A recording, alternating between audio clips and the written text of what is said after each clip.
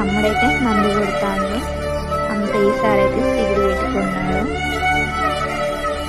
మాకైతే నాన్న లేడు. అన్ని పనులైతే అమ్మ చెప్తుంది తమ్మునికి. తెలియకపోతే చిన్నప్పటి నుంచి వాడు ఎవరు చెప్పలేదు, అన్ని అమ్మనే చెప్తుంది. మాకైతే నాన్న లేడుగా, చెప్పేవాళ్ళు లేకపోతే అన్నీ అమ్మనే చెప్తుంది. మంది ఎప్పుడు కొట్టాలి, మంది ఎప్పుడు చల్లాలి, అన్ని విషయాలు అయితే అమ్మనే చెప్తుంది. మాకైతే తమ్ముడైతే అమ్మ చెప్తుంది.